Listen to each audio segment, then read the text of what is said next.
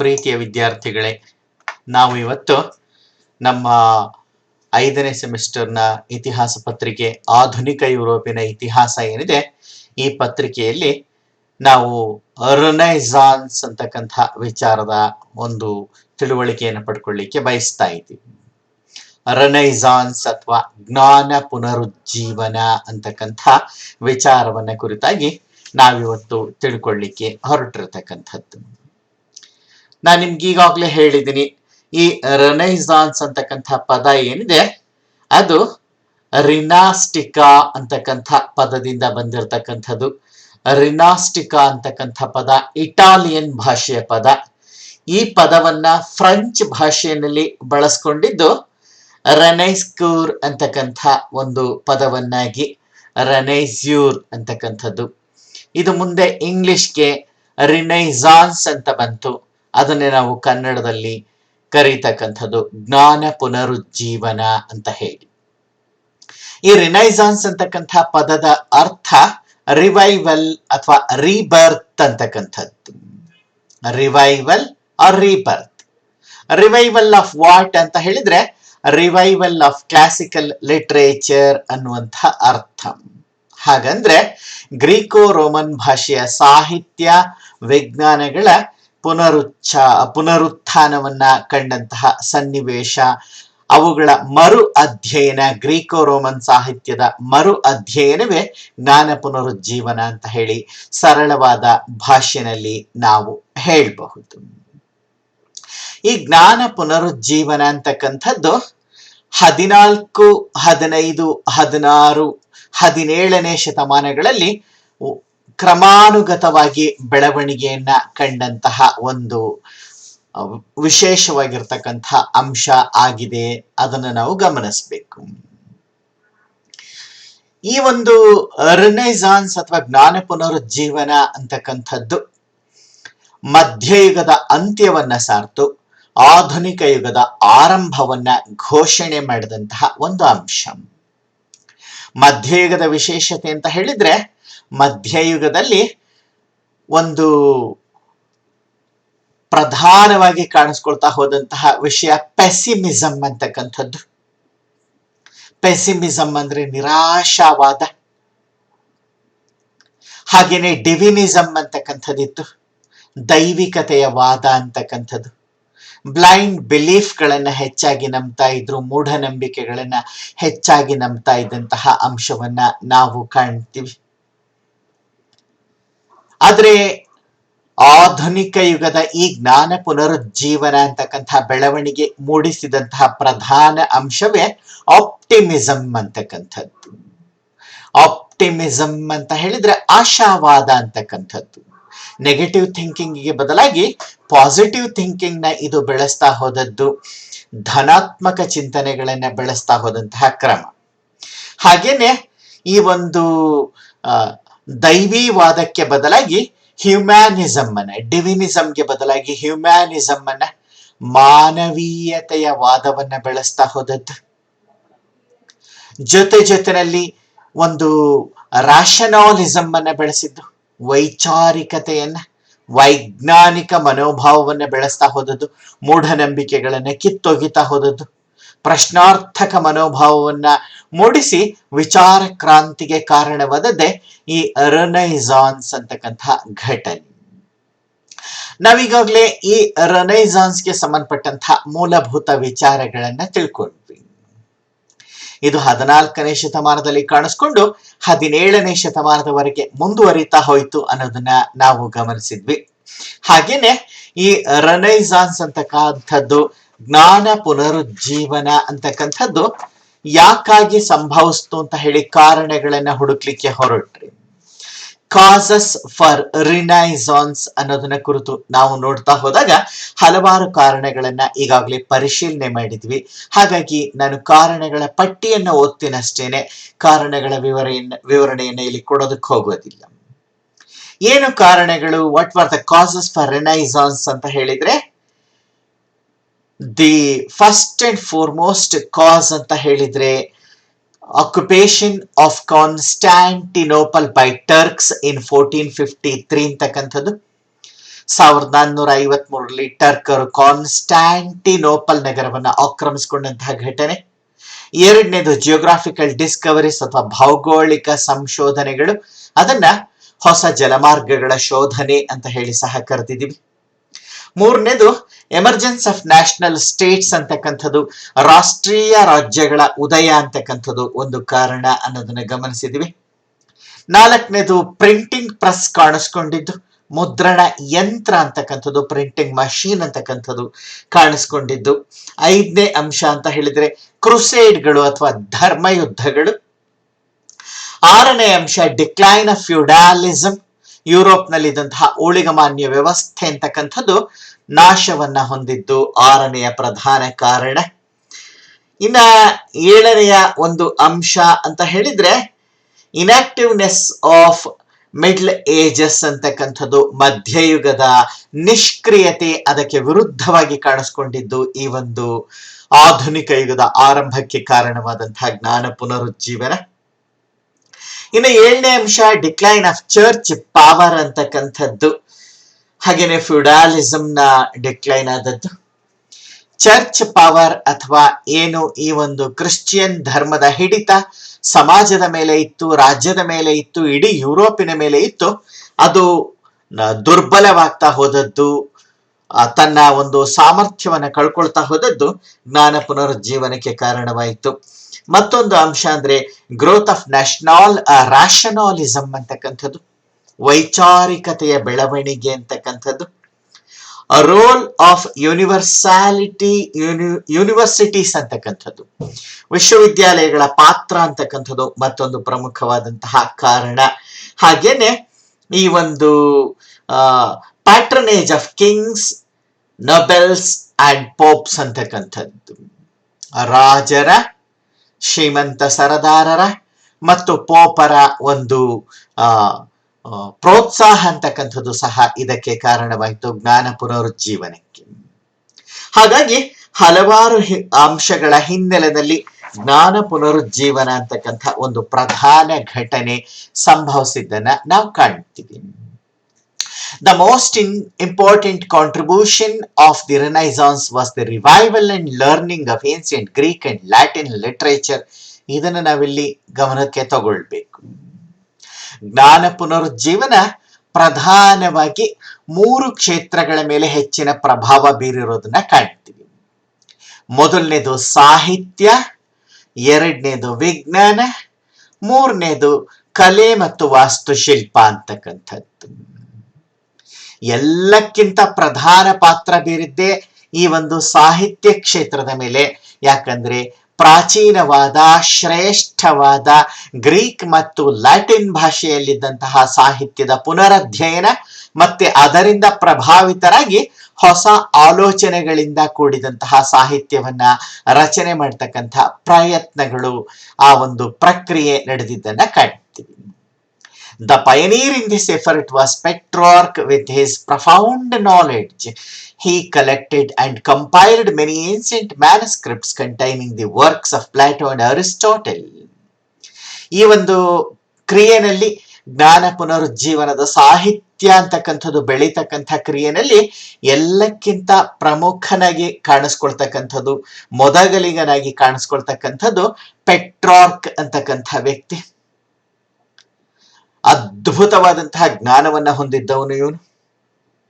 ಈತ ಮಾಡಿದಂತಹ ಪ್ರಮುಖ ಕೆಲಸ ಅಂತ ಹೇಳಿದ್ರೆ ಏನ್ಸಿಯಂಟ್ ಮ್ಯಾನುಸ್ಕ್ರಿಪ್ಟ್ ಗಳನ್ನ, ಪ್ರಾಚೀನ ಗ್ರೀಕೋ ರೋಮನ್ ಭಾಷೆಯಲ್ಲಿ ಇದ್ದಂತಹ ಕೈ ಬರಹದ ಹಸ್ತಪ್ರತಿಗಳನ್ನ ಹುಡುಕಿ ತೆಗೆದು ಸಂಶೋಧಿಸಿ ಸಂಪಾದಿಸಿ ಎಲ್ಲರಿಗೂ ಓದೋಕೆ ದೊರೆಯ ಹಾಗೆ ಮಾಡ್ತಾ ಹೋದದ್ದು. ಅದರಲ್ಲೂ ಪ್ಲೇಟೋ ಮತ್ತು ಅರಿಸ್ಟಾಟಲ್ನ ವಿಚಾರಗಳನ್ನ, ಕೃತಿಗಳನ್ನ ಆತ ಹೊರತೆಗೆದಿತ್ತು. ಹಾಗೇನೆ his disciple Boccaccio had also encouraged the classical learning.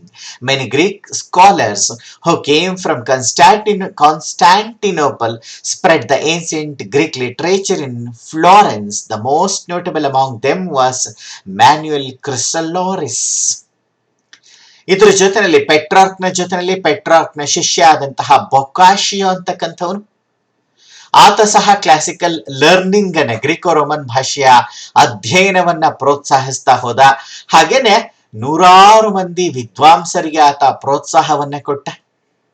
ಜೊತೆಯಲ್ಲಿ ನೂರಾರು ಮಂದಿ ವಿದ್ವಾಂಸರು ಕಾನ್ಸ್ಟ್ಯಾಂಟಿನೋಪಲ್ ಪಟ್ಟಣದ ಪತನದಿಂದಾಗಿ ಏನು ಯುರೋಪಿನ ಎಲ್ಲೆಡೆಗೆ ಬಂದ್ರು, ಅವರುಗಳು ಈ ಒಂದು ಪ್ರಾಚೀನ ಗ್ರೀಕೋ ರೋಮನ್ ಸಾಹಿತ್ಯವನ್ನ ಎಲ್ಲ ಕಡೆ ಹರಡ್ತಾ ಹೋದ್ರು. ಪ್ರಧಾನವಾಗಿ ಇಟಲಿನಲ್ಲಿ, ಅದರಲ್ಲೂ ಫ್ಲಾರೆನ್ಸ್ ನಗರದಲ್ಲಿ ಅವರು ಆ ಒಂದು ಪ್ರಾಚೀನ ಜ್ಞಾನವನ್ನ ಪ್ರಸಾರ ಮಾಡ್ತಾ ಹೋಗಿದ್ದನ್ನ ನಾವು ಗಮನಿಸ್ತಾ ಹೋಗ್ತೀವಿ. ಇದರಲ್ಲಿ ತುಂಬಾ ಮುಖ್ಯನಾದವನು ಮ್ಯಾನ್ಯುಯಲ್ ಕ್ರಿಸಲಾರಿಸ್ ಅಂತಕ್ಕಂಥ ಪಂಡಿತ ಅನ್ನೋದನ್ನ ನಾವು ಕಾಣ್ತಾ ಹೋಗಬಹುದು. The contribution of Erasmus in correcting and editing the Latin works was also notable. He edited the New Testament in the Greek language. ನೋಡಿ, ಇಲ್ಲಿ ನಾವು ಗಮನಿಸ್ತೀವಿ ಎರಾಸ್ಮಸ್ ಅಂತಹ ಮಹಾಪಂಡಿತನನ್ನ ನಾವಿಲ್ಲಿ ಗಮನಿಸ್ತಾ ಹೋಗ್ತೀವಿ. ಆತ ಈ ಒಂದು ಲ್ಯಾಟಿನ್ ಕೃತಿಗಳನ್ನ ಪರಿಶೋಧಿಸುವ ಮಹತ್ವದ ಕಾರ್ಯವನ್ನ ಮಾಡ್ತಾ ಹೋದ. ಹಾಗೇನೆ ನ್ಯೂ ಟೆಸ್ಟಮೆಂಟ್, ಕ್ರಿಶ್ಚಿಯನ್ ಧರ್ಮದ ಬೈಬಲ್ ಗ್ರಂಥದ 2ನೇ ಭಾಗ ಇದು. ನ್ಯೂ ಟೆಸ್ಟಮೆಂಟ್ ಬೈಬಲ್ ಇಲ್ಲೇ ಕಾಣಿಸ್ಕೊಳ್ತಕ್ಕಂಥದ್ದು. ಓಲ್ಡ್ ಟೆಸ್ಟಮೆಂಟ್ ಏನಿದೆ ಅದು ಹೀಬ್ರೂ ಧರ್ಮಕ್ಕೆ ಸಂಬಂಧಪಟ್ಟಿದ್ದು, ನ್ಯೂ ಟೆಸ್ಟಮೆಂಟ್ ಕ್ರಿಶ್ಚಿಯನ್ ಧರ್ಮಕ್ಕೆ ಸಂಬಂಧಪಟ್ಟಿದ್ದು. ಅದನ್ನ ಗ್ರೀಕ್ ಭಾಷೆನಲ್ಲಿ ಆತ ಬರೀತಕ್ಕಂಥ ಕೆಲಸ ಮಾಡಿದ್ದಾನೆ, ಎಡಿಟ್ ಮಾಡ್ತಕ್ಕಂಥ ಕೆಲಸ ಮಾಡಿದ್ದಾನೆ ಕಾಣ್ತೀವಿ. ಇನ್ನು ನಾವು ನೇರವಾಗಿ ಸಾಹಿತ್ಯದ ಕೊಡುಗೆ ಏನು ಅಂತ ಹೇಳಿ ನೋಡೋದಾದ್ರೆ, ಯುರೋಪಿನ ಎಲ್ಲ ಭಾಷೆಗಳಲ್ಲಿ ಸಾಹಿತ್ಯ ಅಂತಕ್ಕಂಥದ್ದು ಬೆಳೀತಾ ಹೋಯ್ತು. ಅದರಲ್ಲೂ ಪ್ರಧಾನವಾಗಿ ಮೊದಲು ಇಟಾಲಿಯನ್ ಭಾಷೆಯಲ್ಲಿ ಸಾಹಿತ್ಯ ಬೆಳವಣಿಗೆ ಕಾಣ್ತಾ ಹೋಯ್ತು. ನಮಗೆ ಇಲ್ಲಿ ಒಂದು ಅಂಶ ನೆನಪಿರಬೇಕು, ಪ್ರಾಚೀನ ಲ್ಯಾಟಿನ್ ಭಾಷೆ ಬೇರೆ, ಇಟಾಲಿಯನ್ ಭಾಷೆ ಬೇರೆ. ಲ್ಯಾಟಿನ್ ಭಾಷೆ ಅಂತಕ್ಕಂಥದ್ದು ಒಂದು ಕ್ಲಾಸಿಕಲ್ ಲ್ಯಾಂಗ್ವೇಜ್, ಅದು ಒಂದು ಪ್ರಾಚೀನವಾದ ಶ್ರೇಷ್ಠವಾದಂತಹ ಭಾಷೆ, ಅದರ ಕಠಿಣವಾದಂತಹ ಭಾಷೆ. ಅದನ್ನ ಕಲಿತಕ್ಕಂಥದ್ದು, ಅರ್ಥ ಮಾಡ್ಕೊಳ್ತಕ್ಕಂಥದ್ದು ತುಂಬಾ ಕಠಿಣ.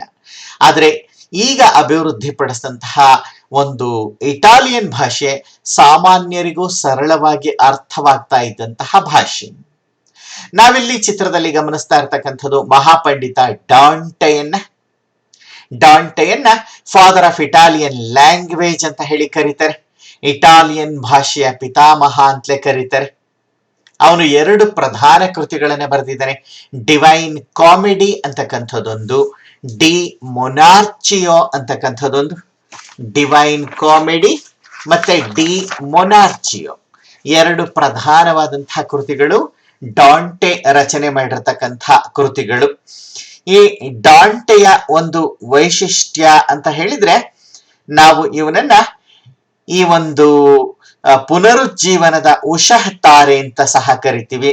ಹಾಗೇನೆ ಈ ಒಂದು ಇಟಾಲಿಯನ್ ಸಾಹಿತ್ಯದ ಉಷಃ ತಾರೆ ಅಂತ ಹೇಳಿ ಸಹ ಕರಿತೀವಿ. ಈತ ಫ್ಲಾರೆನ್ಸ್ ನಗರದ ವಾಸಿಯಾಗಿದ್ದ ಅಂತಕ್ಕಂಥದನ್ನ ನಾವು ಗಮನಿಸ್ತಾ ಹೋಗಬಹುದು. ಅವನ ಕೃತಿಗಳಲ್ಲಿ ಡಿವೈನ್ ಕಾಮಿಡಿ ಮತ್ತು ಡಿ ಮೊನಾರ್ಚಿಯೋ ಅಂತಕ್ಕಂಥ ಕೃತಿಗಳಲ್ಲಿ ಆತ ಮಠಾಧಿಪತಿಗಳ ದುರ್ನಡತೆಯನ್ನ ಕುರಿತಾಗಿ ವಿವರಣೆಯನ್ನ ಕೊಟ್ಟಿರ್ತಕ್ಕಂಥ ಅಂಶವನ್ನ ನಾವು ಗಮನಿಸ್ತಾ ಹೋಗಬಹುದು. ಹಾಗೇನೆ ಈ ಒಂದು ಬಿಯೋಟ್ರಿಸ್ ಎಂತಕ್ಕಂಥ ಯುವತಿಯ ದಿವ್ಯ ಸೌಂದರ್ಯದಿಂದ ಪ್ರಭಾವಿತನಾಗಿ ಬರೆದಂತಹ ಕೃತಿ ಇದು ಡಿವೈನ್ ಕಾಮಿಡಿ ಅಂತಕ್ಕಂಥದ್ದು. ನಾವು 2ನೆಯ ಪ್ರಮುಖ ಬರಹಗಾರನನ್ನೇ ಗಮನಿಸೋದಾದ್ರೆ ಫ್ರಾನ್ಸಿಸ್ಕಾ ಪೆಟ್ರಾರ್ಕ್ ಅಂತಕ್ಕಂಥವನು. ಇವನು ಸಹ ಇಟಾಲಿಯನ್ ಭಾಷೆನಲ್ಲೇ ಬರೆದಂಥವನು. ಇವನನ್ನ ಇಟಾಲಿಯನ್ ಪದ್ಯ ಸಾಹಿತ್ಯ ಏನಿದೆ ಅದರ ಪಿತಾಮಹ ಅಂತಲೂ ಕರಿತೀವಿ. ಹಾಗೇನೆ ಫಾದರ್ ಆಫ್ ರಿನೈಸಾನ್ಸ್ ಅಥವಾ ಪುನರುಜ್ಜೀವನದ ಪಿತಾಮಹ ಅಂತ ಹೇಳಿ ಕರಿತೀವಿ. ಹಲವಾರು ಕೃತಿಗಳನ್ನ ಇವನು ಬರೆದಿದ್ದಾನೆ, ಪ್ರಧಾನವಾಗಿ ಪದ್ಯಗಳು. ಕ್ಯಾನ್ಸೋನಿಯರ್ ಅಂತಕ್ಕಂಥದ್ದು ಅವನ ಪದ್ಯಗಳ ಸಂಗ್ರಹ. ಹಾಗೇನೆ ಟ್ರಯಂಫಿ ಅಂತಕ್ಕಂಥದ್ದು, ಎಪಿಸ್ಟೋಲ್ಸ್ ಅಂತಕ್ಕಂಥದ್ದು, ರೆಮಿಡೀಸ್ ಅಂತಕ್ಕಂಥದ್ದು, ಇನ್ನರ್ ಸೆಲ್ಫ್, ಆಫ್ರಿಕಾ, ಫ್ಯಾಮಿಲಿಯಾರಿಸ್, ಹಲವಾರು ಕೃತಿಗಳನ್ನ ಈ ವ್ಯಕ್ತಿ ಪೆಟ್ರಾರ್ಕ್ ಅಂತಕ್ಕಂಥ ವ್ಯಕ್ತಿ ರಚನೆ ಮಾಡಿ, ತಾನು ರಚನೆ ಮಾಡಿದ್ದಷ್ಟೇ ಅಲ್ಲ ಬೇರೆಯವರಿಗೆ ಸಹ ದೊಡ್ಡ ಪ್ರಮಾಣದಲ್ಲಿ ಪ್ರೋತ್ಸಾಹವನ್ನ ನೀಡ್ತಾ ಹೋದಂತಹ ಮಹಾಪಂಡಿತ. ನಾವೀಗ ಗಮನಿಸ್ತಾ ಇರ್ತಕ್ಕಂಥದ್ದು ಗಿಯೋವನ್ನಿ ಬೊಕಾಶಿಯೋ ಅಂತಕ್ಕಂಥವನನ್ನ.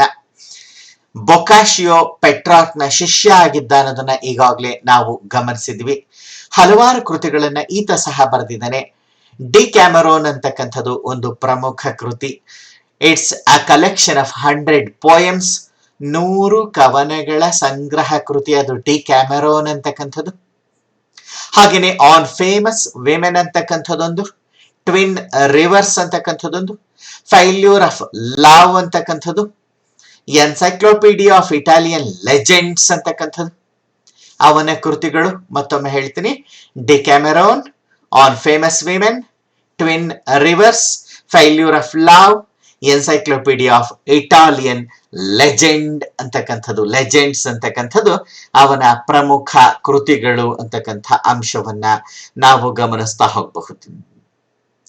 ಇವನೆಲ್ಲ ಕೃತಿಗಳಲ್ಲಿ ಈತ ಮಾಡ್ತಕ್ಕಂಥ ಪ್ರಧಾನವಾದಂತಹ ಕಾರ್ಯ ಅಂತ ಹೇಳಿದ್ರೆ, ಶ್ರೀಮಂತರು, ಧರ್ಮಾಧಿಕಾರಿಗಳು, ಹಾಗೇನೆ ಈ ಒಂದು ಸನ್ಯಾಸಿಯರು, ಕ್ರಿಶ್ಚಿಯನ್ ಧರ್ಮದಲ್ಲಿ ಕಾಣಿಸ್ಕೊಳ್ತಕ್ಕಂಥವರು ಸನ್ಯಾಸಿನಿಯರು, ಅವ್ರನ್ನ ನನ್ಸ್ ಅಂತ ಹೇಳಿ ಕರಿತೀವಿ. ಇವರೆಲ್ಲ ಮಾಡ್ತಾ ಇದ್ದಂತಹ ನೀತಿ ಬಾಹಿರ, ಅನೈತಿಕ, ದುರ್ನಡತೆಯ ಬದುಕಿನ ಚಿತ್ರಣವನ್ನ ಕೊಟ್ಟು ಅವುಗಳನ್ನ ಕಟುವಾಗಿ ಟೀಕೆ ಮಾಡ್ತಾ ಹೋಗ್ತಾನೆ. ಆ ಮೂಲಕ ಅವತ್ತಿನ ಸಮಾಜದ ಓರೆಕೋರೆಗಳನ್ನ ತಿದ್ದುವ ಕೆಲಸವನ್ನ, ಚರ್ಚ್ ಸಮುದಾಯವನ್ನೇ ಎದುರುಹಾಕೊಳ್ತಕ್ಕಂಥ ಎದೆಗಾರಿಕೆಯನ್ನ ತೋರಿಸಿದವನು ಗಿಯಾವೊನ್ನಿ ಬೊಕಾಶಿಯೋ ಅಂತಕ್ಕಂಥ ಪಂಡಿತ. ನೋಡಿ, ಈತ ಲಿಯೋನಾರ್ಡೋ ಬ್ರೂನಿ ಅಂತಕ್ಕಂಥ ಪಂಡಿತ. ಈತ ಸಹ ಇಟಾಲಿಯನ್ ಭಾಷೆನಲ್ಲೇ ಬರೆದಂಥವನು. ಈತ ಬರೆದಂತಹ ಪ್ರಮುಖ ಕೃತಿ ಅಂತ ಹೇಳಿದ್ರೆ ಹಿಸ್ಟೋರಿಯಂ ಫ್ಲೋರೆಂಟಿನಿ ಪಾಪುಲಿ ಲಿಬ್ರಿ ಅಂತಕ್ಕಂಥ ಕೃತಿ ಇದು. ಇಂಗ್ಲಿಷ್ ನಲ್ಲಿ ಇದು history of the Florentine people ಅಂತ ಹೇಳಿ. ಇದು 12 ಸಂಪುಟಗಳ ಮಹಾಗ್ರಂಥ. History of Florentine people, Florence ಜನತೆಯ ಇತಿಹಾಸ ಅಂತ ಹೇಳಿ ಇಟಲಿಯ ಫ್ಲೋರೆನ್ಸ್ ನಗರ ರಾಜ್ಯಕ್ಕೆ ಸಂಬಂಧಪಟ್ಟಂತಹ ಇತಿಹಾಸವನ್ನ ಬರೆದಿರತಕ್ಕಂಥದ್ದು. ಇತಿಹಾಸ ಕೃತಿಯ ರಚನೆಯ ಹಿನ್ನೆಲೆಯಲ್ಲಿ ಆತ ಪ್ರಾಚೀನರ ಶ್ರೇಷ್ಠತೆಯನ್ನ ಮತ್ತೆ ಅವತ್ತಿನ ಕಾಲದ ಒಂದು ಮೂರ್ಖತೆಯನ್ನ ಚಿತ್ರಿಸ್ತಾ ಹೋಗ್ತಾನೆ. ನಾವೀಗ ನೋಡ್ತಾ ಇರೋದು ಫ್ರಾನ್ಸಿಸ್ಕೋ ಗ್ಯುಸಿಯಾರ್ಡಿನಿ ಅಂತಕ್ಕಂಥ ವ್ಯಕ್ತಿಯನ್ನ. ಫ್ರಾನ್ಸಿಸ್ಕೋ ಗೈಸಿಯಾರ್ಡಿನಿ ಅಂತಲೂ ಕರೀತಾರೆ. ಆತ ದಿ ಹಿಸ್ಟ್ರಿ ಆಫ್ ಇಟಾಲಿ, ಸ್ಟೋರಿಯಾ ಡಾ ಇಟಾಲಿಯಾ ಅಂತಕ್ಕಂಥ ಕೃತಿಯನ್ನ ರಚನೆ ಮಾಡಿದ್ದಾನೆ. ಇಟಲಿಯ ಜನತೆಯ ಇತಿಹಾಸ ಅಂದ್ರೆ ಸಮಗ್ರ ಇಟಲಿಯ ಇತಿಹಾಸವನ್ನ ಕುರಿತಾಗಿ ಬರಿತಕ್ಕಂಥ ಕೆಲಸ. ಐತಿಹಾಸಿಕ ಪ್ರಜ್ಞೆಯನ್ನ, ಹಿಂದಿನವರ ಸಾಧನೆಗಳನ್ನ, ಶ್ರೇಷ್ಠತೆಯನ್ನ ಬಿಂಬಿಸುವ ಮೂಲಕ ಅಂದಿನ ಸಮಾಜದ ಮೂರ್ಖತೆಯನ್ನ ಚಿತ್ರಿಸ್ತಾ ಹೋಗಿರ್ತಕ್ಕಂಥದ್ದು. ಟಾಸೋ ಅಂತಕ್ಕಂಥ ಇತಿಹಾಸಕಾರನನ್ನ ನಾವು ಗಮನಿಸ್ತಾ ಇದ್ದೀವಿ. ಈ ಟಾಸೋ ಅಂತಕ್ಕಂಥವನು ಜೆರುಸಲೇಮ್ ರೀಡೆಲಿವರ್ಡ್ ಅಂತಕ್ಕಂಥ ಕೃತಿಯನ್ನ ರಚನೆ ಮಾಡಿದ್ದಾನೆ. ಇಟ್ಸ್ ಅನ್ ಎಪಿಕ್ ವರ್ಕ್ ಅಂತ ಹೇಳಿ ಕರಿತೀವಿ. ಜೆರುಸಲೇಮ್ ಡೆಲಿವರ್ಡ್ ಅಂತಕ್ಕಂಥದ್ದು. ಡಿಪಿಕ್ಟಿಂಗ್ ಕ್ರೂಸಿಫಿಕೇಶನ್ ಅಂಡ್ ರಿಸರ್ಜೆನ್ಸ್ ಆಫ್ ಕ್ರೈಸ್ಟ್ ಅಂತಕ್ಕಂಥದ್ದು ಅದರ ಪ್ರಧಾನವಾದಂತಹ ವಿಚಾರ. ಯೇಸು ಕ್ರಿಸ್ತನನ್ನ ಶಿಲುಬೆಯ ಶಿಕ್ಷೆಗೆ ಒಳಪಡಿಸಿದ್ದು ಮತ್ತೆ ಯೇಸು ಕ್ರಿಸ್ತನ ಪುನರುತ್ಥಾನವಾದದ್ದು. ಜೆರುಸಲೇಮ್ ಡೆಲಿವರ್ಡ್. ಇನ್ನು ನಾವು ನಿಕೊಲೋ ಮ್ಯಾಕಿವೆಲ್ಲಿಯನ್ನ ಗಮನಿಸ್ತೀವಿ. ಮ್ಯಾಕಿವೆಲ್ಲಿ ಇಟಲಿಯ, ಯುರೋಪಿನ, ಪಾಶ್ಚಿಮಾತ್ಯ ಜಗತ್ತಿನ ಶ್ರೇಷ್ಠ ರಾಜನೀತಿ ಚಿಂತಕ, ಸ್ಟೇಟ್ಸ್ಮನ್ ಅಂತ ಹೇಳಿ ಕರಿತೀವಿ. Political philosopher. ಈತ ಫ್ಲಾರೆನ್ಸ್ ನಗರಕ್ಕೆ ಸೇರಿದಂಥ ವ್ಯಕ್ತಿ. ಈತ ಮೊನಾರ್ಕಿಸ್ಟ್, ಹಾಗಂದ್ರೆ ರಾಜಪ್ರಭುತ್ವವಾದಿ. ರಾಜಪ್ರಭುತ್ವವೇ ಶ್ರೇಷ್ಠ ಅಂತ ಹೇಳಿ ಹೇಳ್ತಾ ಇದ್ದಂತಹ ವ್ಯಕ್ತಿ. ಈತ ಬರೆದಿರ್ತಕ್ಕಂಥ ಪ್ರಮುಖ ಕೃತಿಗಳು ಅಂದ್ರೆ the prince, art of war, history of war ಅಂತಕ್ಕಂಥದ್ದು. ಪ್ರಿನ್ಸ್ ಅಂದ್ರೆ ರಾಜಕುಮಾರ ಅಂತ ಹೇಳಿ, ಆರ್ಟ್ ಆಫ್ ವಾರ್ ಯುದ್ಧದ ಕಲೆ, ಹಿಸ್ಟ್ರಿ ಆಫ್ ವಾರ್ ಯುದ್ಧದ ಇತಿಹಾಸ ಅಂತಕ್ಕಂಥದ್ದು. ಇನ್ನು ಮ್ಯಾಕಿವೆಲ್ಲಿಯ ಒಂದು ಪ್ರಧಾನ ವಿಚಾರ ಏನಿತ್ತು ಅನ್ನೋದನ್ನ ನಾವಿಲ್ಲಿ ಗಮನಿಸಬಹುದು. According to Machiavelli, the ends always justify the means, no matter how cruel, calculating or immoral those means might be. ಎಷ್ಟು ಮಾತನ್ನ ಅವನು ಹೇಳಿದಾನೆ ಗಮನಿಸ್ ನೋಡಿ. ಮ್ಯಾಕಿವೆಲ್ಲಿ ಹೇಳ್ತಕ್ಕಂಥ ರೀತಿಯಲ್ಲಿ ends always justify the means. ಅಂದ್ರೆ ಗುರಿ. ಗುರಿ ದಾರಿಯನ್ನು ನಿರ್ಧರಿಸುತ್ತೆ. ಅಂದ್ರೆ ಗುರಿ ತಲುಪುವುದು ಮುಖ್ಯ ಅಂತಕ್ಕಂಥದ್ದು ಅವನ ಉದ್ದೇಶ, ಅವನು ಹೇಳ್ತಕ್ಕಂಥ ಮಾತು. ಗುರಿಯನ್ನ ತಲುಪೋದಕ್ಕೆ ಏನ್ ಮಾಡ್ತೀವಿ ಮುಖ್ಯ ಅಲ್ಲ. ನೋಡಿ ಅವನು ಹೇಳ್ತಾನೆ, no matter how cruel, calculating or immoral those means might be. ಗುರಿಯನ್ನ ತಲುಪಲಿಕ್ಕೆ ಅನುಸರಿಸ್ತಕ್ಕಂಥ ಮಾರ್ಗ ಅನೈತಿಕವಾಗಿರಬಹುದು, ಚಿಂತೆ ಇಲ್ಲ. ಅಪಮೌಲ್ಯದಿಂದ ಕೂಡಿರಬಹುದು, ಚಿಂತೆ ಇಲ್ಲ. ಅಥವಾ ಲೆಕ್ಕಾಚಾರದಿಂದಲೇ ಕೂಡಿರಬಹುದು, ಚಿಂತೆ ಇಲ್ಲ. ಕ್ರೂರ ನಡವಳಿಕೆಗಳನ್ನು, ನೀತಿಯನ್ನು ಅನುಸರಿಸಿರಬಹುದು. ಅದ್ಯಾವುದು ಮುಖ್ಯ ಅಲ್ಲ, ಗುರಿ ತಲುಪೋದಷ್ಟೇ ಮುಖ್ಯ ಅಂತಕ್ಕಂಥ ಮಾತನ್ನ ಹೇಳಿರೋದು.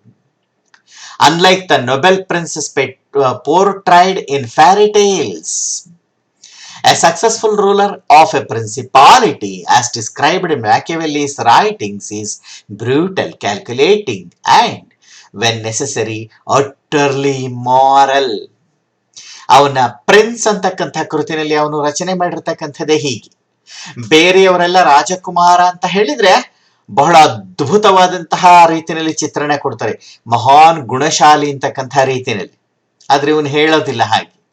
ಇವನು ಬರೀತಕ್ಕಂಥದ್ದು a successful ruler of a principality, ಒಬ್ಬ ರಾಜ್ಯದ ಶ್ರೇಷ್ಠ ಯಶಸ್ವಿ ರಾಜ ಅನ್ನಿಸ್ಕೊಳ್ಬೇಕು ಅಂತ ಹೇಳಿದ್ರೆ ಮ್ಯಾಕಿಯಾವೆಲ್ಲಿ ಬರಿತಾ ಹೋಗ್ತಾನೆ, ಈಸ್ ಬ್ರೂಟಲ್, ಆತ ಕ್ರೂರಿಯಾಗಿರ್ಬೇಕು. ಕ್ಯಾಲ್ಕುಲೇಟಿಂಗ್, ಲೆಕ್ಕಾಚಾರದಿಂದ ಕೂಡಿರ್ತಕ್ಕಂಥವನು, ಪ್ರತಿಯೊಂದನ್ನು ತನಗೇನು ಲಾಭ ಆಗುತ್ತೆ ಅಂತ ಯೋಚನೆ ಮಾಡ್ತಕ್ಕಂಥವನು. ಅಂಡ್ ವೆನ್ ನೆಸೆಸರಿ, ಅವಶ್ಯಕತೆ ಬಿದ್ರೆ ಅಟ್ಟರ್ಲಿ ಇಮ್ಮಾರಲ್, ಪೂರ್ತಿಯಾಗಿ ಆತ ಈ ಒಂದು ಅನೈತಿಕತೆಯನ್ನು ಅನುಸರಿಸಬಹುದು. ಅದು ಮ್ಯಾಕಿಯಾವೆಲ್ಲಿಯ ಮಾತು. ನಾವೀಗ ಥಾಮಸ್ ವಾನ್ ಕೆಂಪಿನ್ ಅಂತಕ್ಕಂತಹ ಬರಹಗಾರನನ್ನ ಗಮನಿಸ್ತಾ ಇದೀವಿ. ಈತ ದ ಇಮಿಟೇಷನ್ ಆಫ್ ಕ್ರೈಸ್ಟ್ ಅಂತಕ್ಕಂತಹ ಕೃತಿಯನ್ನ ಬರೆದಿರೋದನ್ನ ಕಾಣಬಹುದು.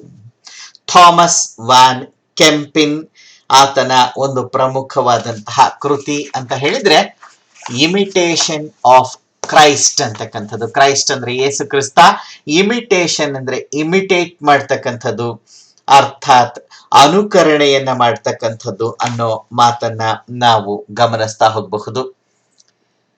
ನೋಡಿ, ಈ ಗ್ರಂಥವನ್ನ ಓದಿ ಸೈಂಟ್ ಇಗ್ನೇಷಿಯಸ್ ಲಯೋಲ, ಪ್ರತಿಮತ ಸುಧಾರಕ ಅಂತ ನಾವೇನ್ ಕರೆದ್ವಿ, ಆತ ತುಂಬಾ ಪ್ರಭಾವಿತನಾದಂತಹ ಅಂಶವನ್ನ ನಾವು ಗಮನಿಸ್ತಾ ಹೋಗಬಹುದು. ತುಂಬಾ ಉತ್ತಮವಾದಂತಹ ಕೃತಿ ಇದು, the imitation of Christ, Thomas von Kempen. Desiderius Erasmus, ನಾವು ಇದುವರೆಗೆ ಗಮನಿಸಿದ್ದೆಲ್ಲ ಇಟಾಲಿಯನ್ ಬರಹಗಾರರನ್ನ. ಈಗ ನಾವು ಗಮನಿಸ್ತಾ ಇರ್ತಕ್ಕಂಥದ್ದು ಡೆಸಿಡೇರಿಯಸ್ ಎರಾಸ್ಮಸ್ ಅಂತಕ್ಕಂಥವನ್ನ. ಈತ ಡಚ್ ಫಿಲಾಸಫರ್. ಡಚ್ ಅಂದ್ರೆ ಹಾಲೆಂಡ್ ದೇಶ ಅಥವಾ ನೆದರ್ಲ್ಯಾಂಡ್ ದೇಶಕ್ಕೆ ಸೇರಿದವರು, ಅವ್ರನ್ನ ಡಚ್ಚರು ಅಂತ ಹೇಳಿ ಕರಿತೀವಿ. ಆ ಡಚ್ ದೇಶಕ್ಕೆ ಸೇರಿದಂತಹ ಚಿಂತಕ, ತತ್ವಜ್ಞಾನಿ ಇವನು ಡೆಸಿಡೇರಿಯಸ್ ಎರಾಸ್ಮಸ್, ಮಹಾನ್ ಬುದ್ಧಿವಂತ. ಅವನು ಬರೆದಿರ್ತಕ್ಕಂತಹ ಪ್ರಧಾನವಾದಂತಹ ಕೃತಿ ಅಂತ ಹೇಳಿದ್ರೆ ದ ಪ್ರೈಸ್ ಆಫ್ ಫಾಲಿ ಅಂತಕ್ಕಂಥದ್ದು. ಹಾಗೇನೆ ಗ್ರೀಕ್ ಟೆಸ್ಟಮೆಂಟ್ ಅಂತಕ್ಕಂಥದ್ದು ಅವನ ಇನ್ನೊಂದು ಕೃತಿ. ನೋಡಿ, poked fun at the theologians greatest scholar of Europe ಅಂತ ಹೇಳಿ ಅವನನ್ನು ಕರೆದಿದ್ರು. ಥಿಯೋಲಾಜಿಯನ್ಸ್, ಧರ್ಮದ ವಿಚಾರಗಳಲ್ಲಿ ಅಪಾರ ಜ್ಞಾನ ಹೊಂದಿರತಕ್ಕಂಥವರು, ಧರ್ಮದ ನಾಯಕರುಗಳು, ಧರ್ಮದ ಸಂತರುಗಳು. ಅವರುಗಳನ್ನೇ ಆತ ಆಡ್ಕೊಳ್ತಾ ಹೋಗ್ತಾನೆ. ಅವರುಗಳ ನಡೆ ನುಡಿಗಳನ್ನ ಈತ ವ್ಯಂಗ್ಯವಾಗಿ ಚಿತ್ರಿಸ್ತಾ ಹೋಗ್ತಾನೆ. ಯುರೋಪಿನ ಸ್ಕಾಲರ್ ಅಂತ ಹೇಳಿ ಇವನನ್ನ ಕರೆದಿದ್ದನ್ನ ಕಾಣಬಹುದು. ಅಷ್ಟು ದೊಡ್ಡ ಒಂದು ಸಾಹಿತಿ, ಬರಹಗಾರ ಡೆಸಿಡೇರಿಯಸ್ ಎರಾಸ್ಮಸ್ ಅಂತಕ್ಕಂಥ ಎಲ್ಲರಿಗಿಂತ ಶ್ರೇಷ್ಠ ವಿದ್ವಾಂಸ ಇವನು ಅಂತಕ್ಕಂಥದನ್ನ ನಾವು ಗಮನಿಸಬಹುದು. ಹಾಗೇನೆ ಈ ಒಂದು praise of folly, Familiaris Colloquies, Greek Testament ಅಂತಕ್ಕಂಥ ಕೃತಿಗಳನ್ನ ನಾವೇನು ಗಮನಿಸ್ತಾ ಹೋದ್ವಿ, ಆತ ಚುಚ್ಚುವ ಹಾಸ್ಯಕ್ಕೆ ಹೆಸರುವಾಸಿಯಾದದ್ದು, ಶುಷ್ಕ ಪಾಂಡಿತ್ಯವನ್ನ ಕುರಿತಾಗಿ, ಮತಧರ್ಮದ ಜಡತ್ವವನ್ನ ಕುರಿತಾಗಿ ಅದ್ಭುತವಾದಂತಹ ರೀತಿಯಲ್ಲಿ ಬರಿತಾ ಹೋಗ್ತಾನೆ. ನಗೆಪಾಟಲನ್ನ ಮಾಡ್ತಾ ಹೋಗ್ತಾನೆ ಎಲ್ಲರನ್ನ. ಕೆಲೋಕ್ವಿಸ್ ಅಂತಕ್ಕಂಥ ಕೃತಿನಲ್ಲಿ ಸಮಕಾಲೀನ ಧಾರ್ಮಿಕ ಆಚರಣೆಗಳನ್ನ ವಿಡಂಬನಾತ್ಮಕವಾಗಿ ಪರಿಶೀಲನೆಗೆ ಒಡ್ತಕ್ಕಂಥ ಕೆಲಸ ಮಾಡಿದ್ದಾನೆ. ತುಂಬಾ ದೊಡ್ಡ ಬುದ್ಧಿವಂತ ಸಮರ್ಥ ವ್ಯಕ್ತಿಯಾಗಿದ್ದ ಡೆಸಿಡೇರಿಯಸ್ ಎರಾಸ್ಮಸ್. ನಾವೀಗ ಫ್ರೆಂಚ್ ಭಾಷೆಯ ಸಾಹಿತ್ಯವನ್ನು ಗಮನಿಸ್ತಾ ಇದ್ದೀವಿ. ಈತ ಮೋಲಿಯೇರ್ ಅಂತಕ್ಕಂಥವನು 14ನೇ ಲೂಯಿಯ ಕಾಲದಲ್ಲಿ ಬದುಕಿದಂಥವನು. ಮೋಲಿಯೇರ್ ಅಂತಕ್ಕಂಥವನು ದೊಡ್ಡ ನಾಟಕಕಾರ ಈತ. ಅವನು ಹಲವಾರು ಕೃತಿಗಳನ್ನು ರಚನೆ ಮಾಡಿದ್ದಾನೆ. ದ ಮೈಸರ್ ಅಂತಕ್ಕಂಥದ್ದು ವಂಚಕರನ್ನ ಕುರಿತಾಗಿ ಬರೆದಿರತಕ್ಕಂಥದ್ದು ತುಂಬಾ ಮಹತ್ವದ ಕೃತಿ. ಫ್ರೆಂಚ್ ಭಾಷಾ ಸಾಹಿತ್ಯದಲ್ಲಿ ದೊಡ್ಡ ಹೆಸರು ಮೋಲಿಯೇರ್. ನಾವು ಜೀನ್ ಬೋರ್ಡಿನ್ ಅನ್ನ ಗಮನಿಸ್ತಾ ಇದ್ದೀವಿ. ಫ್ರೆಂಚ್ ಪೊಲಿಟಿಕಲ್ ಫಿಲಾಸಫರ್ ಈತ. ಅವನ ಪ್ರಮುಖ ಕೃತಿ ಅಂದ್ರೆ ಆನ್ ಸಾವರಾಂಟಿ ಅಂತಕ್ಕಂಥದ್ದು. ಸಾವರಾಂಟಿ, ಪರಮಾಧಿಕಾರತ್ವ. ನೋಡಿ, ಇದೇ ಜೀನ್ ಬೋರ್ಡಿನ್, ಜೀನ್ ಬ್ಯಾಪ್ಟಿಸ್ಟ್ ಬೋರ್ಡಿನ್ ಅಂತಕ್ಕಂಥವನು ಏನಿದ್ದಾನೆ, ಈತ 14ನೇ ಲೂಯಿ ಅನುಸರಿಸಿದಂತಹ ಒಂದು ಸಿದ್ಧಾಂತ ಏನಿದೆ, ಡೆಸ್ಪಾಟಿಸಮ್ ಅಂತಕ್ಕಂಥದ್ದು, ಬೆನವಲೆಂಟ್ ಡೆಸ್ಪಾಟಿಸಮ್ ಅಂತಕ್ಕಂಥದ್ದು, ನಿರಂಕುಶಾಧಿಕಾರತ್ವ, ಅದನ್ನ ಕುರಿತು ಹೇಳ್ಕೊಟ್ಟವನು. ದೇವರೇ ಮುಂದೆ ಯಾರು ರಾಜ ಆಗ್ಬೇಕು ಅಂತ ಆಯ್ಕೆ ಮಾಡಿ ಅವನನ್ನ ಭೂಮಿಗೆ ಕಳಿಸಿರ್ತಾನೆ. ಕಳಿಸ್ಬೇಕಾದ್ರೆ ರಾಜನಾಗ್ತಕ್ಕಂಥ ವ್ಯಕ್ತಿಗೆ ಎಲ್ಲ ಜ್ಞಾನವನ್ನ ತುಂಬಿ ಕಳಿಸಿರ್ತಾನೆ. ದೇವರಿಂದಲೇ ತಿಳುವಳಿಕೆಯನ್ನ ಪಡ್ಕೊಂಡು ಬಂದಂತಹ ರಾಜ ಯಾರಿಗೂ ಉತ್ತರದಾಯಿ ಅಲ್ಲ, ಕೇವಲ ದೇವರಿಗೆ ಮಾತ್ರ ಆನ್ಸರಬಲ್ ಆಗಿರ್ತಾನೆ. ರಾಜ ಏನೇ ಮಾಡಿದ್ರು ಅದು ನಮಗೆ ತಪ್ಪು ಅಂತ ಕಂಡ್ರು ಅದು ತಪ್ಪಿರಲ್ಲ, ಅಂತಿಮವಾಗಿ ಅದು ಸರಿನೇ ಇರುತ್ತೆ. ಹಾಗಾಗಿ ಯಾರಿಗೂ ರಾಜನನ್ನ ಪ್ರಶ್ನಿಸುವ, ವಿಮರ್ಶಿಸುವ, ವಿರೋಧಿಸುವ ಅಧಿಕಾರ ಇಲ್ಲ. ರಾಜ ಹೇಳಿದ ಆಜ್ಞೆಯನ್ನ ಪಾಲನೆ ಮಾಡಬೇಕು. ರಾಜನೇ ಅಂತಿಮ, ರಾಜನ ಆದೇಶವೇ ಅಂತಿಮ ಅಂತ ಹೇಳ್ತಾ ಹೋದವನು ಈ ಒಂದು ಫ್ರೆಂಚ್ ರಾಜನೀತಿ ಶಾಸ್ತ್ರಜ್ಞ ಜೀನ್ ಬೋರ್ಡಿನ್. ಮಾರ್ಟಿನ್ ಲೂಥರ್ ನಮ್ಗೆ ಗೊತ್ತಿದೆ, ಜರ್ಮನ್ ಥಿಯೋಲಾಜಿಯನ್. ಜೊತೆನಲ್ಲಿ ಈತ ಮತ ಸುಧಾರಕ, the greatest ever reformist of Christianity. Christian ಧರ್ಮದ ಧರ್ಮ ಸುಧಾರಕ ಇವನು. ಈತ ಹಲವಾರು ಕೃತಿಗಳನ್ನ ಬರೆದಿದ್ದಾನೆ. ನಾವು ಪ್ರಧಾನವಾಗಿ ಗಮನಿಸ್ತಕ್ಕಂಥದ್ದು 95 ಥೀಸಿಸ್ ಅಂತಕ್ಕಂಥದ್ದು. ಜರ್ಮನ್ ಭಾಷೆನಲ್ಲಿ ಡೈ 95 ಥಿಸನ್ ಅಂತ ಹೇಳಿ ಕರೀತಾರೆ. ಹಾಗಂತ ಹೇಳಿದ್ರೆ 95 ಅಂಶಗಳು ಅಂತ ಹೇಳಿ. ಕ್ರಿಶ್ಚಿಯನ್ ಧರ್ಮದಲ್ಲಿ ಮೂಡಿ ಬಂದಿದ್ದಂತಹ ಪೋಪರಿಂದ ಹಿಡಿದು ಧರ್ಮದ ನಾಯಕರುಗಳು ಮಾಡ್ತಾ ಇದ್ದಂತಹ ಒಟ್ಟಾರೆ 95 ತಪ್ಪುಗಳನ್ನ ಪಟ್ಟಿ ಮಾಡಿ ಆತ ಚರ್ಚಿನ ಗೋಡೆಯ ಮೇಲೆ ಅಂಟಾಕಿ ನೇರವಾಗಿ ಪೋಪರಿಗೆ, ಕ್ರಿಶ್ಚಿಯನ್ ಧರ್ಮದ ಮಹಾಗುರುಗಳಿಗೆ ಸವಾಲು ಇಡ್ತಕ್ಕಂಥ ಕೆಲಸವನ್ನ ಮಾಡ್ತಾನೆ. ಮುಂದೆ ಆತನಿಂದ ರೂಪುಗೊಂಡದ್ದೇ ಕ್ರಿಶ್ಚಿಯನ್ ಧರ್ಮದ ಹೊಸ ಪಂಥ, ಪ್ರೊಟೆಸ್ಟೆಂಟ್ ಪಂಥ, ಪ್ರೊಟೆಸ್ಟೆಂಟಾನಿಸಮ್ ಅಂತಕ್ಕಂಥದ್ದು. ಈತ ಬೈಬಲ್ ಗ್ರಂಥವನ್ನ ಜರ್ಮನ್ ಭಾಷೆಗೆ ಭಾಷಾಂತರವನ್ನ ಮಾಡ್ತಾನೆ. ಸಾಮಾನ್ಯ ಜನ ಸಹ ಬೈಬಲ್ ಅನ್ನ ಓದಿ ನಿಜವಾದ ಬೈಬಲ್ನ ವಿಚಾರಗಳನ್ನ ಗ್ರಹಿಸ್ಕೊಳ್ಳಿ, ಏನು ತಪ್ಪು ಆಚಾರ ವಿಚಾರಗಳು ನಡೀತಾ ಇದೆ ತಿಳ್ಕೊಳ್ಳಿ ಅಂತ ಹೇಳಿ ತೋರಿಸ್ಕೊಟ್ಟಂತಹ ವ್ಯಕ್ತಿ ಮಾರ್ಟಿನ್ ಲೂಥರ್. ಇನ್ನ ಸ್ಪೈನ್ ಭಾಷೆಯ ಮಹಾನ್ ವಿದ್ವಾಂಸ ಇವನು ಮಿಗುಯೆಲ್ ಡಿ ಸರ್ವಾಂಟೆಸ್ ಅಂತಕ್ಕಂಥವನು. ಮಿಗುಯೆಲ್ ಡಿ ಸರ್ವಾಂಟೆಸ್ ಅವನ ಕೃತಿ ಡಾನ್ ಕ್ವಿಕ್ಸೋಟೆ ಡಿ ಲಾ ಮಾಂಚಾ ಅಂತಕ್ಕಂಥದ್ದು. ಡಾನ್ ಕ್ವಿಕ್ಸೋಟೆ ಅಷ್ಟು ತಿಳ್ಕೊಳ್ಳೋಣ.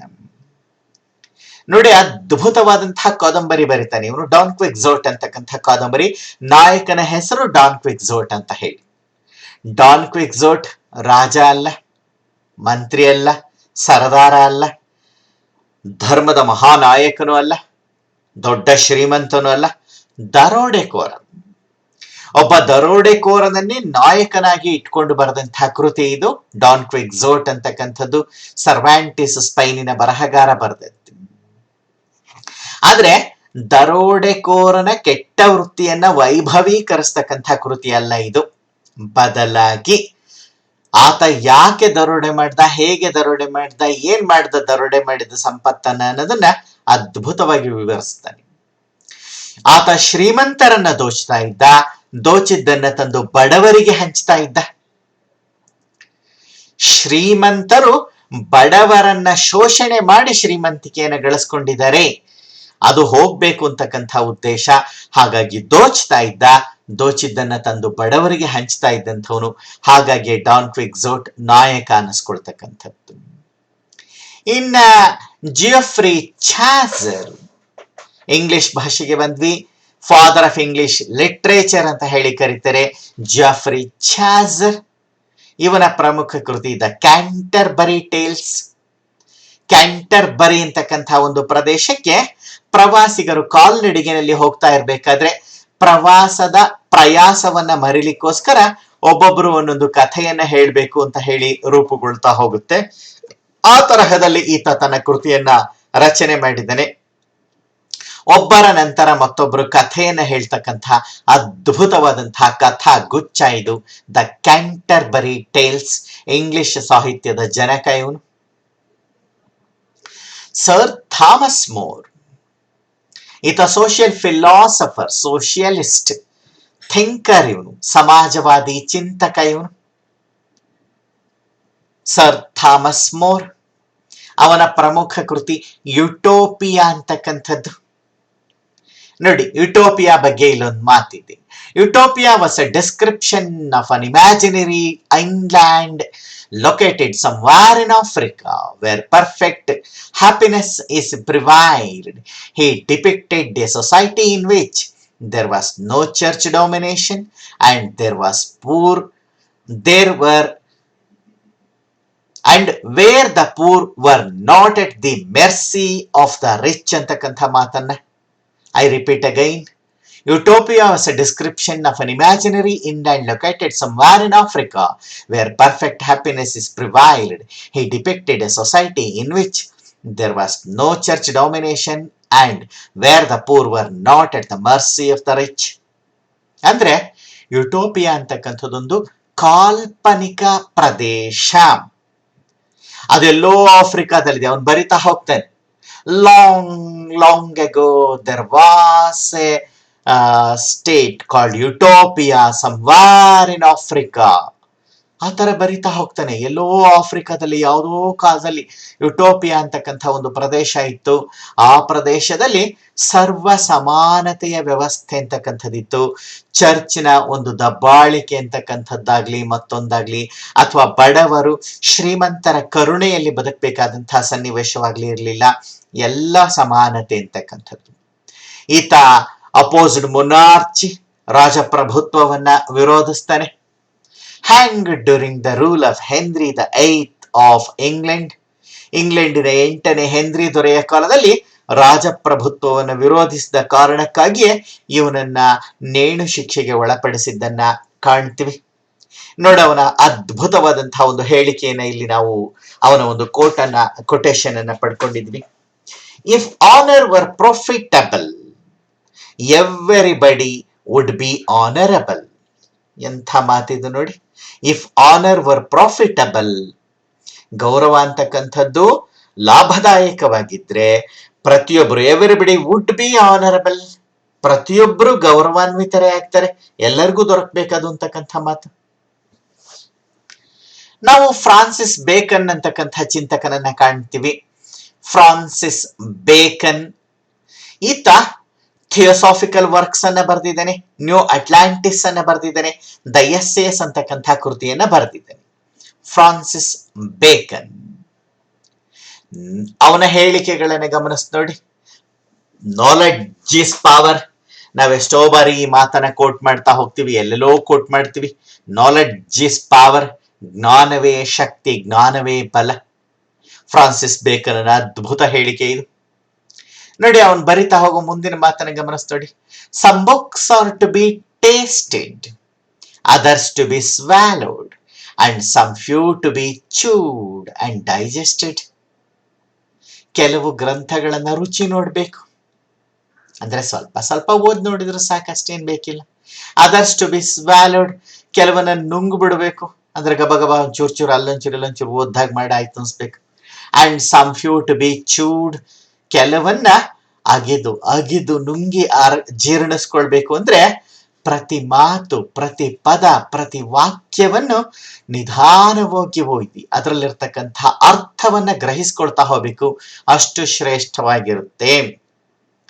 ಎಲ್ಲ ಬರಹವೂ ಒಂದೇ ಅಲ್ಲ, ಬರಹದಲ್ಲಿಯೂ ಸಹ ನಾವು ವರ್ಗೀಕರಣ ಮಾಡ್ಕೊಳ್ತಾ ಹೋಗ್ಬೇಕಾಗತ್ತೆ.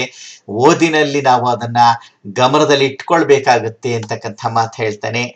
Reading make a full man. Reading ಅಂತಕ್ಕಂಥದ್ದು ಓದೋದು ಒಬ್ಬ ಮನುಷ್ಯನನ್ನ ಪೂರ್ಣಗೊಳಿಸುತ್ತೆ.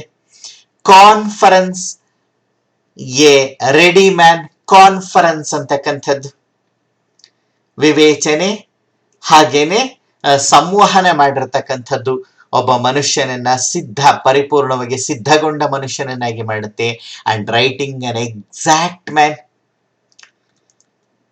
ಪರಿಪೂರ್ಣವಾದಂತಹ ಶ್ರೇಷ್ಠವಾದಂತಹ ವ್ಯಕ್ತಿಯನ್ನ ಮಾಡ್ತಕ್ಕಂಥದ್ದು ಬರವಣಿಗೆ.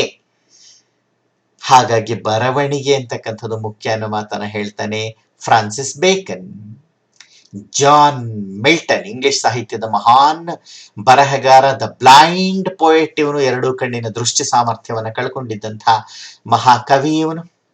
ಪ್ಯಾರಡೈಸ್ ಲಾಸ್ಟ್ ಅಂಡ್ ಪ್ಯಾರಡೈಸ್ ರಿಗೈನ್ಡ್ ಅಂತಕ್ಕಂಥ ಎರಡು ಕೃತಿಗಳನ್ನ ಬರೆದಿದ್ದಾನೆ. ಪ್ಯಾರಡೈಸ್ ಅಂದ್ರೆ ಸ್ವರ್ಗ, ಸ್ವರ್ಗ ಕಳೆದು ಹೋಗಿದೆ, ಮತ್ತೆ ಸ್ವರ್ಗ ಮತ್ತೊಮ್ಮೆ ದೊರಕಿದೆ ಅಂತಕ್ಕಂಥದ್ದು ಇವನ ಎರಡು ಪ್ರಧಾನವಾದಂತಹ ಕೃತಿಗಳು. ಇಲ್ಲಿ ಸ್ವರ್ಗ ಕಳೆದು ಹೋಗಿದೆ, ಸ್ವರ್ಗ ಮತ್ತೆ ದೊರೆತಿದೆ ಅಂದ್ರೆ ಸ್ವರ್ಗ ಸದೃಶವಾದ ಬದುಕು ಮೊದಲು ಭೂಮಿಯ ಮೇಲೆ ಇತ್ತು. ಸ್ವಾರ್ಥಪರ ಮನುಷ್ಯ ಜೀವಿಗಳು ಅದನ್ನ ಹಾಳು ಮಾಡಿದ್ರು. ಆದ್ರೆ ಮತ್ತೊಮ್ಮೆ ಮನುಷ್ಯರು ತಮ್ಮ ತಪ್ಪನ್ನ ತಿದ್ಕೊಂಡು ಸ್ವರ್ಗ ಸದೃಶ ಬದುಕನ್ನ ಭೂಮಿಯ ಮೇಲೆ ಪುನರ್ ರೂಪಿಸ್ಕೊಳ್ತಾ ಇದ್ದಾರೆ ಅನ್ನೋದನ್ನ ತಿಳಿಸ್ತಕ್ಕಂಥ ಕೃತಿ ಇದು. ಪ್ಯಾರಡೈಸ್ ಲಾಸ್ಟ್ ಅಂಡ್ ಪ್ಯಾರಡೈಸ್ ರಿಗೈನ್ಡ್ ಅಂತಕ್ಕಂಥದ್ದು ಜಾನ್ ಮಿಲ್ಟನ್ ಮಹಾಕವಿಯ ಕೃತಿ ಇದು. ಇನ್ನು ವಿಲಿಯಂ ಶೇಕ್ಸ್ಪಿಯರ್ ಇವನ್ ಬಗ್ಗೆ ಕೇಳಿದವರೇ ಇಲ್ಲ. ಜಗತ್ತಿನ ಸರ್ವಶ್ರೇಷ್ಠ ನಾಟಕಕಾರರಲ್ಲಿ ಒಬ್ಬ, ಹಾಗೆ ಮಹಾನ್ ಕವಿ ಸಹ ಹೌದು. ಅವನ ಸಾನೆಟ್ಗಳು ಅಪಾರ ಅರ್ಥವನ್ನ ಕೊಡ್ತಕ್ಕಂಥ ಸಾನೆಟ್ಗಳು. ಅವನ ಕೆಲವು ಕೋಟ್ಗಳನ್ನ ಮೊದಲು ಗಮನಿಸೋಣ. Hell is empty and all the devils are here. ಏನ್ ಮಾತನ್ನ ಬರೆದಿದ್ದಾನೆ ನೋಡಿ. ಹೆಲ್ ಇಸ್ ಎಂಟಿ, ನರಕ ಖಾಲಿಯಾಗಿದೆ. ಯಾಕೆ? All the devils are here. ಅಲ್ಲಿರ್ಬೇಕಾದ ಎಲ್ಲ ಪಿಶಾಚಿಗಳು ಭೂಮಿ ಮೇಲೆ ಬಂದ್ಬಿಟ್ಟಿವೆ. ಮನುಷ್ಯರನ್ನ, ಅವರ ಒಂದು ವರ್ತನೆಗಳನ್ನ ಎಷ್ಟು ಅದ್ಭುತವಾಗಿ ಚಿತ್ರಿಸಿದ್ದಾನೆ ಒಂದೇ ಒಂದು ಸಾಲಿನಲ್ಲಿ. All that glitters is not gold. ಹೊಳೆಯುವುದೆಲ್ಲ ಚಿನ್ನವಲ್ಲ. ಏನ್ ಬೇಕಾದ್ರೂ ಹೊಳೆಯುತ್ತೆ, ಬಂಗಾರ ಹೊಳೆಯುತ್ತೆ, ಕಾಗೆ ಬಂಗಾರನು ಹೊಳೆಯುತ್ತೆ. ಪ್ರತಿಯೊಂದನ್ನ ಪರಿಶೀಲಿಸಬೇಕು. ಮಾತು, ಕೃತಿ, ನಡವಳಿಕೆ ಎಲ್ಲವನ್ನ ಪರಿಶೀಲಿಸಬೇಕು. ಸುಮ್ಮನೆ ಬ್ಲೈಂಡ್ ಆಗಿ ಒಪ್ಕೊಳ್ಬಾರ್ದು ಅಂತಕ್ಕಂಥದ್ದು ನೋಡಿ. ಅವನ ನಾಟಕಗಳ ಪಟ್ಟಿಯನ್ನ ನಾವಿಲ್ಲಿ ಗಮನಿಸ್ತಾ ಇದ್ದೀವಿ. 30ಕ್ಕಿಂತ ಹೆಚ್ಚಿನ ನಾಟಕಗಳನ್ನ ಅವನು ಬರೆದಿದ್ದಾನೆ. ಪ್ರಧಾನವಾದ ನಾಟಕಗಳನ್ನಷ್ಟೇ ಇಲ್ಲಿ ನಾವು ಗಮನಿಸ್ತಾ ಇರತಕ್ಕಂಥದ್ದು. Hamlet, Macbeth, King Lear, as you like it, Julius Caesar, Othello, the black Moor, Moor of Venice, twelfth night, the tempest, Romeo and Juliet, Antony and Cleopatra, the comedy of errors, love's labour's lost, the merchant of Venice, the midsummer night dreams, much ado about nothing. ಕೆಲವು ನಾಟಕಗಳ ಹೆಸರನ್ನಷ್ಟೇ ಹೇಳಿದ್ದು. ಪ್ರತಿಯೊಂದು ನಾಟಕನೂ ಅರ್ಥಗರ್ಭಿತವಾಗಿರ್ತಕ್ಕಂಥದ್ದು. ಸಮಾಜದ ಓರೆಕೋರೆಗಳನ್ನ ಪರಿಪೂರ್ಣವಾಗಿ ಚಿತ್ರಿಸ್ತಕ್ಕಂಥದ್ದು. ಶ್ರೇಷ್ಠ ನಾಟಕಕಾರ. ಇನ್ನು Edmund Spencer, ಸಮಾಜಶಾಸ್ತ್ರಜ್ಞ ಮತ್ತು ಈ ಒಂದು ಇಂಗ್ಲಿಷ್ ಭಾಷೆಯ ಪಂಡಿತ ಕವಿಯು. ದ ಫ್ಯಾರಿ ಕ್ವೀನ್ ಅಂತಕ್ಕಂಥದ್ದನ್ನ ಈತ ರಚನೆ ಮಾಡಿದ್ದಾನೆ. ಅವನ ಕೃತಿ ಇದು ಫ್ಯಾರಿ ಕ್ವೀನ್.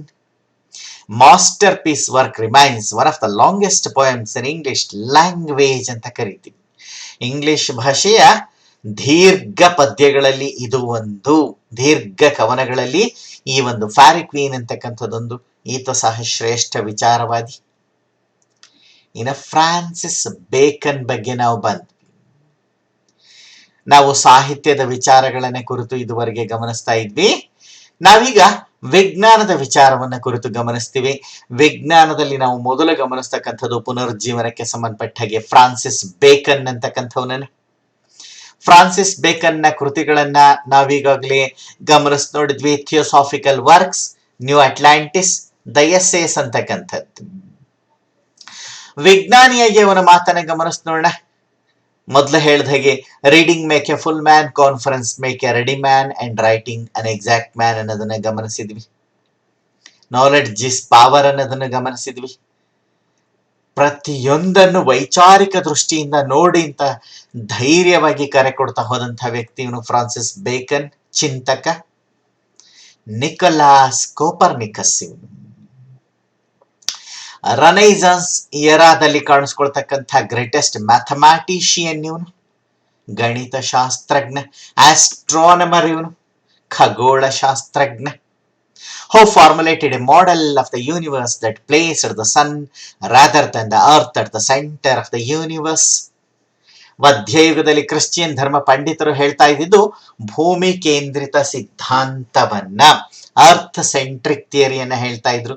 ಭೂಮಿ ಮಧ್ಯದಲ್ಲಿ ಇರುತ್ತೆ, ಸೂರ್ಯ ಮೊದಲಾದವೆಲ್ಲ ಭೂಮಿಯನ್ನು ಸುತ್ತುತ್ತೆ ಅಂತ ಹೇಳಿ ಅದನ್ನ ವಿರೋಧಿಸಿ ವೈಜ್ಞಾನಿಕ ಆಧಾರಗಳ ಜೊತೆಯಲ್ಲಿ ಭೂಮಿಯು ಒಂದು ಗ್ರಹ, ಸೂರ್ಯ ಕೇಂದ್ರದಲ್ಲಿ ಇರ್ತಾನೆ, ಸೂರ್ಯ ಕೇಂದ್ರದ ಸುತ್ತ ಭೂಮಿ ಮತ್ತು ಇತರ ಗ್ರಹಗಳು ಸುತ್ತುತ್ತಾ ಇರ್ತವೆ ಅಂತಕ್ಕಂತಹ ವಿಚಾರ ತಿಳಿಸ್ಕೊಟ್ಟವನು. ಅವನ ಪ್ರಮುಖವಾದಂತಹ ಕೃತಿ ಕೋಪರ್ನಿಕಸ್ದು on the revolutions of the celestial spheres ಅಂತಕ್ಕಂಥದ್ದು. ಆಕಾಶಕಾಯಗಳ ಒಂದು ಪರಿಭ್ರಮಣವನ್ನ, ಚಲನೆಯನ್ನ ಕುರಿತಾಗಿ ಬರೆದಂಥವನು ಖಗೋಳ ಶಾಸ್ತ್ರಜ್ಞ ನಿಕೋಲಾಸ್ ಕೋಪರ್ನಿಕಸ್. ನಾವೀಗ ನೋಡ್ತಾ ಇರ್ತಕ್ಕಂಥದ್ದು ಜರ್ಮನ್ ಖಗೋಳ ಶಾಸ್ತ್ರಜ್ಞ, ಗಣಿತಶಾಸ್ತ್ರಜ್ಞ ಜೊಹಾನ್ನೆಸ್ ಕೆಪ್ಲರ್ ಅಂತಕ್ಕಂಥವನನ್ನ. ಕೆಪ್ಲರ್ ಇವನ ಕೃತಿ ಆಸ್ಟ್ರೋನೋಮಿಯಾ ನೋವಾ ಅಂತಕ್ಕಂಥದ್ದು. ಆಸ್ಟ್ರೋನೋಮಿಯಾ ನೋವಾ. ಲಾಸ್ ಆಫ್ ಪ್ಲಾನೆಟರಿ ಮೋಷನ್ ಇನ್ನೊಂದು ಕೃತಿ. ಪ್ಲಾನೆಟರಿ ಮೋಷನ್ ಅಂದ್ರೆ ಗ್ರಹಗಳ ಚಲನೆ, ಗ್ರಹಗಳ ಪರಿಭ್ರಮಣ ಅಂತಕ್ಕಂಥದ್ದು, ಪರಿಚಲನೆ ಅಂತಕ್ಕಂಥದ್ದು, ಅವುಗಳನ್ನ ಕುರಿತಾಗಿ ಬರೆದಂತಹ ಶ್ರೇಷ್ಠ ಖಗೋಳ ಶಾಸ್ತ್ರಜ್ಞ.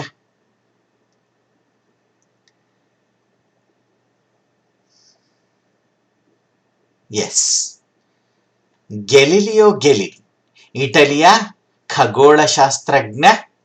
ಹಾಗೇನೆ ಈತ ಫಿಸಿಸ್ಟ್ ಸಹ ಹೌದು, ಭೌತ ವಿಜ್ಞಾನಿ ಸಹ ಹೌದು, ಇಂಜಿನಿಯರ್, ತಂತ್ರಜ್ಞಾನಿ ಸಹ ಹೌದು.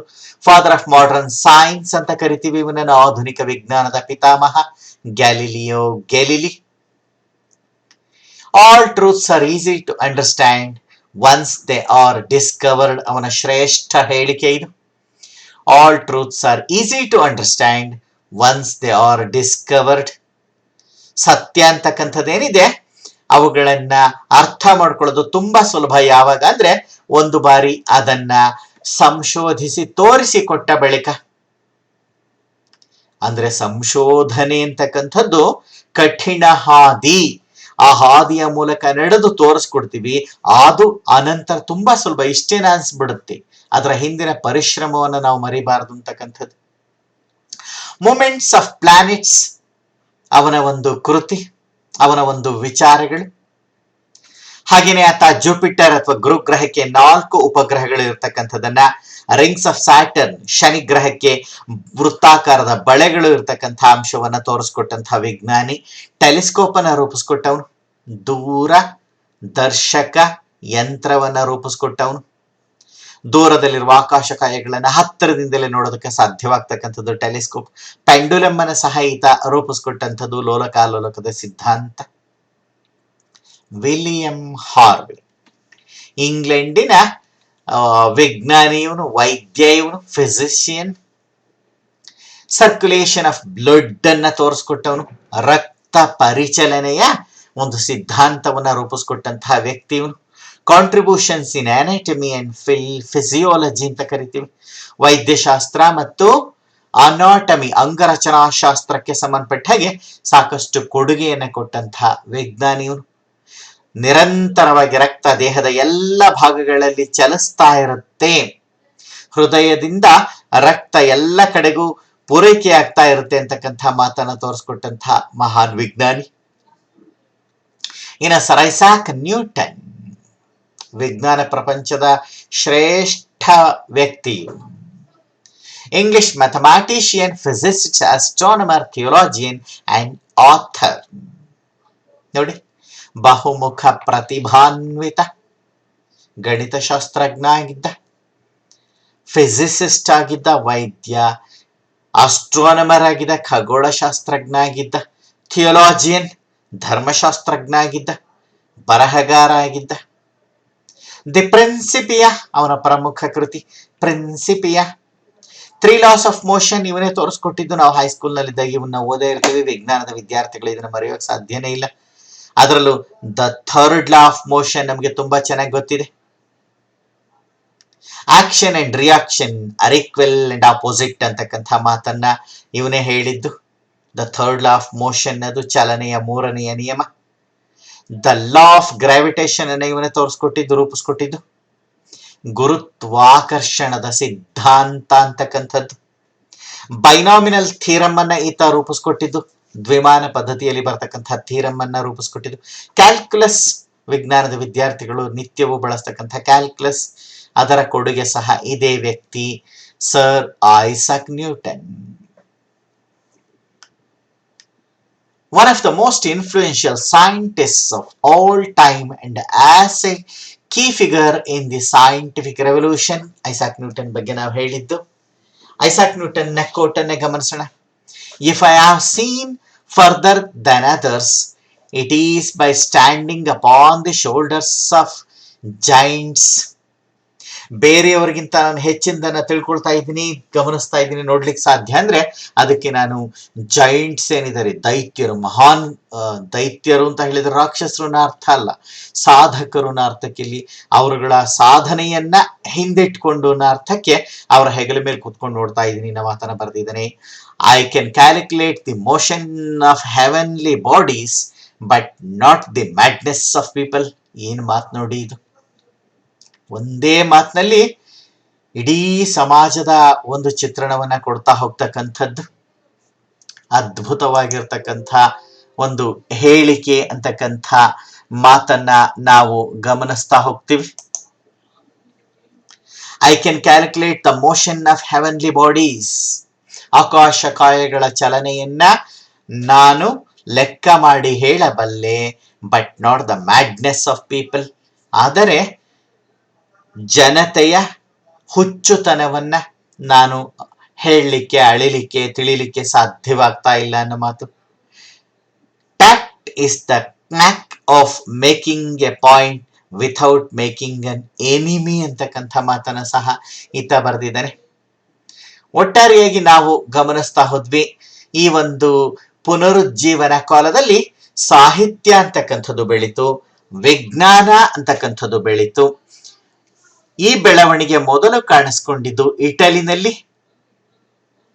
ಇಟಾಲಿಯನ್ ಭಾಷೆಯಲ್ಲಿ ಮೊದಲು ಸಾಹಿತ್ಯದ ಈ ಒಂದು ಪುನರುಜ್ಜೀವನ ಸಾಹಿತ್ಯದ ಬೆಳವಣಿಗೆ ಆಗ್ತಾ ಹೋಯಿತು. ಮುಂದೆ ಅದು ಇಟಾಲಿಯನ್ ಅನ್ನ ದಾಟಿ ಜರ್ಮನ್ ಭಾಷೆಯಲ್ಲಿ ಬೆಳೀತು, ಫ್ರೆಂಚ್ ಭಾಷೆಯಲ್ಲಿ ಬೆಳೀತು, ಸ್ಪ್ಯಾನಿಷ್ ಭಾಷೆಯಲ್ಲಿ ಜ್ಞಾನ ಪುನರುಜ್ಜೀವನದ ಸಾಹಿತ್ಯ ಬೆಳೀತು, ಇಂಗ್ಲಿಷ್ ಭಾಷೆಯಲ್ಲಿ ಅದ್ಭುತವಾದಂತಹ ಬೆಳವಣಿಗೆಯನ್ನ ಕಾಣ್ತಾ ಹೋಗಿದ್ದನ್ನ ಕಾಣ್ತೀವಿ. ಮುಂದೆ ಯುರೋಪಿನ ಎಲ್ಲ ಭಾಷೆಗಳಲ್ಲಿ ಕಾಣಿಸ್ಕೊಂತು, ಜಗತ್ತಿನಲ್ಲೇ ಇದು ಪ್ರಭಾವಿತ ಅಂಶವಾಯಿತು ಜ್ಞಾನ ಪುನರುಜ್ಜೀವನ. ವಿಜ್ಞಾನ ಸಹ ಹಾಗೇನೆ ಮಧ್ಯಕಾಲದ ತಪ್ಪು ಕಲ್ಪನೆಗಳು, ಮೂಢನಂಬಿಕೆಗಳನ್ನ ತೊಲಗಿಸಿ ಆಧುನಿಕ ವಿಚಾರಧಾರೆಯನ್ನ, ವೈಜ್ಞಾನಿಕ ವೈಚಾರಿಕ ಮನೋಭಾವವನ್ನ ಬೆಳೆಸ್ತಾ ಹೋಯಿತು. ಸತ್ಯಾಂಶಗಳನ್ನ ಹುಡುಕಿ ತೋರಿಸ್ತಕ್ಕಂಥ ಕಾರ್ಯವನ್ನ ವಿಜ್ಞಾನ ಮಾಡ್ತಾ ಹೋಯಿತು. ಆ ಮೂಲಕವಾಗಿ ಈ ಒಂದು ಜ್ಞಾನ ಪುನರುಜ್ಜೀವನ ಅಂತಕ್ಕಂಥದ್ದು ಆಧುನಿಕ ಯುಗದ ಬೆಳವಣಿಗೆಗೆ ಪರಿಪೂರ್ಣವಾದಂತಹ ಕಾರಣವಾಯಿತು ಅಂತಕ್ಕಂಥದನ್ನ ನಾವಿಲ್ಲಿ ಗಮನಿಸಬಹುದು. ಇಲ್ಲಿಗೆ ನಮ್ಮ ವಿಚಾರಗಳನ್ನ ಮುಗಿಸೋಣ. ಮತ್ತೊಮ್ಮೆ ಭೇಟಿಯಾಗೋಣ. ವಂದನೆಗಳು.